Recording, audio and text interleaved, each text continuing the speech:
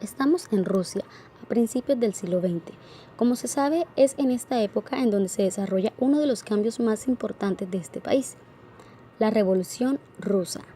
¿Sabes cómo era la Revolución Rusa antes y después?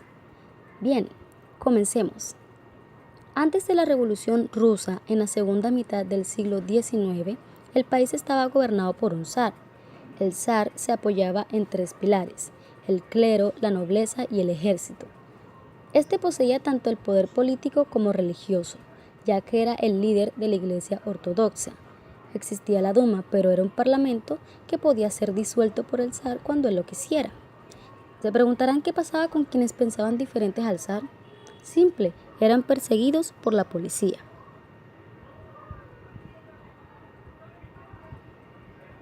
La economía era agraria y ajena a las revoluciones agrícolas de otros países.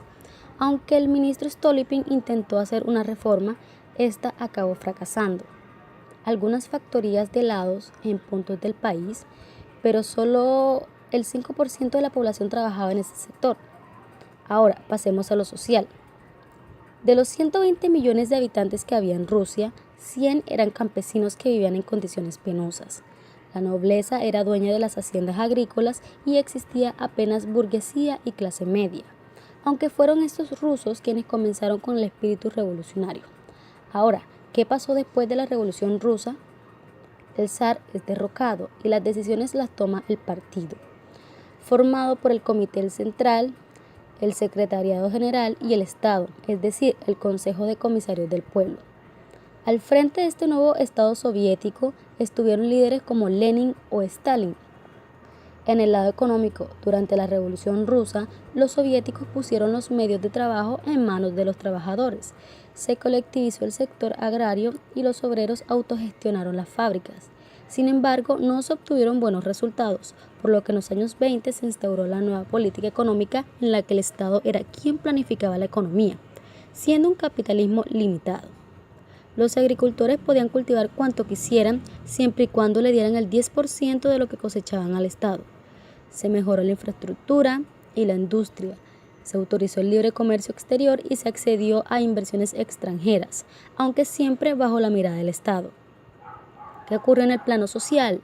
Si la nobleza, la burguesía y los proletarios industriales comenzaron a enriquecerse, al final los obreros que continuaban viendo las diferencias con las otras clases sociales.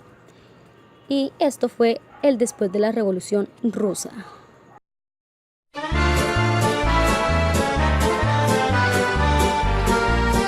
En el contexto social, en comparación con los años soviéticos, el nivel de vida de la población rusa es ahora más alto, pero distinto en cada una de sus regiones. En las ciudades más grandes como Moscú o San Petersburgo, los salarios son los más altos. Actualmente, Moscú se considera una de las ciudades más caras del mundo y es que desde hace 25 años los precios y el salario promedio de los rusos se han modificado radicalmente. Los salarios medios mensuales de los rusos, en general, en el segundo trimestre de 2014 alcanzaron los 20.809 rublos, unos $694.000, lo que representa el 343% del salario mínimo. El sistema soviético de sanidad es uno de los más efectivos del mundo. Financiado por el Estado, tiene carácter planificado y se basa en los principios de profiláctica, gratuidad y ligación de la ciencia y la práctica. En Rusia, el sistema de sanidad se basa sobre el seguro obligatorio que garantiza la asistencia médica gratuita para los ciudadanos de Rusia. Las direcciones prioritarias de los gastos presupuestarios para los años 2015 a 2017 son la salud pública, el incremento de las pensiones y las prestaciones sociales, las pagas para los militares y becas. La educación en el país sigue siendo un atributo de prestigio. La estructura del sistema educativo no cambió significativamente con el fin de la URSS, pero los programas sí evolucionaron hacia una enseñanza más multifacética. En general, la educación en Rusia es gratuita, pero el sistema se basa en el principio de selección competitiva. Según las notas obtenidas en el examen estatal unificado, el candidato puede ingresar a la universidad de forma gratuita o pagar por su educación. Los precios varían entre $1.000 y $10.000 por semestre. Según un estudio realizado entre los rusos, el principal símbolo de alto estatus para ellos es una buena vivienda. Entre los atributos más importantes del prestigio también figuran la posibilidad de adquirir bienes inmuebles en el extranjero, pasar las vacaciones en el extranjero, dar una buena educación a los hijos, la capacidad de comprar un apartamento o una casa de campo, la posesión de autos y la oportunidad de recibir un servicio médico de alta calidad. Rusia ha experimentado cambios significativos desde el colapso de la Unión Soviética, pasando de ser un país con una economía aislada y de planificación centralizada a tener una economía globalmente integrada. La economía de Rusia es un mercado singular que por un lado se basa en la exportación de recursos y bienes de consumo y por otro lado tiene una gran experiencia en sectores tecnológicos como la industria aeroespacial, la energía atómica y los complejos militares e industriales. La estructura sectorial de la economía. Rusia es una economía de servicios donde el sector servicios representa el 55,9% del Producto Interno Bruto, la industria el 39,5% y la agricultura un 4,5%. El sector servicios predomina en la economía de Rusia al contribuir con casi un 56% al Producto Interno Bruto total y al tener 45 millones de personas empleadas, número que aumenta cada año, frente al número de trabajadores en los sectores de la agricultura e industria, que disminuye. El mercado minorista, el turismo y la publicidad son algunos de los principales sectores del área de servicios.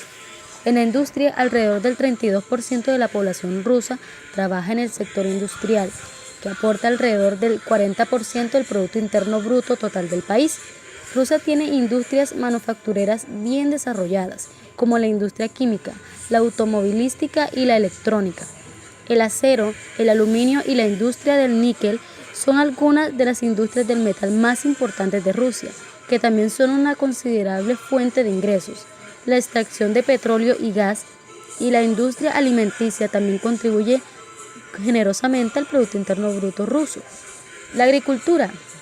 Alrededor del 10% de la fuerza laboral de Rusia está involucrado en el campo agrícola y los sectores relacionados con el aporte de casi un 5% del Producto Interno Bruto total del país. Las modernas tecnologías incorporadas a la agricultura han producido una mejora en el campo después de la caída del sector durante la crisis de 1998. El ganado y los cereales son los principales productos agrícolas del país. Las regiones del norte del país se centran en la ganadería, mientras que los territorios del sur están especializados en la producción de alimentos del grano. El comercio y recursos naturales en la estructura económica de Rusia.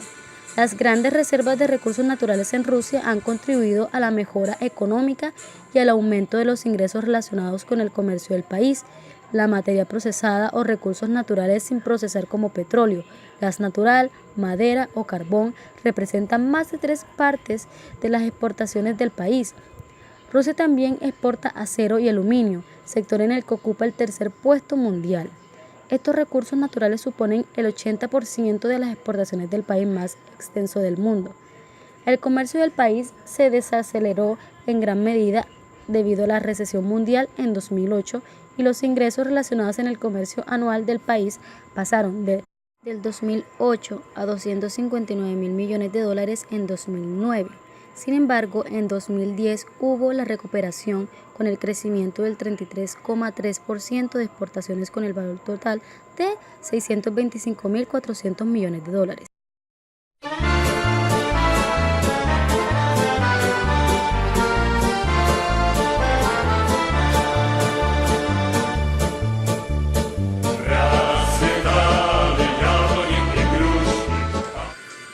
Desde que fue nombrada anfitriona del torneo en 2010, Rusia se puso como objetivo mostrar al país como una superpotencia global y revitalizar sectores estancados de la economía como la afluencia de visitantes extranjeros y el dinero que estos gastan. Unos 570.000 extranjeros y 700.000 rusos asistieron a los partidos del Mundial, que se jugaron por primera vez en Rusia. Pero si bien el impulso adicional del turismo beneficiaron las saludables cuentas externas de Rusia, los sectores alimentos, hotelería, telecomunicaciones y transporte vieron un aumento temporal en los ingresos, pero el impacto crediticio general para el sector corporativo ruso fue limitado. Aún así, se vio un impacto económico limitado a nivel nacional, dada la duración limitada de la Copa del Mundo y el gran tamaño de la economía del país.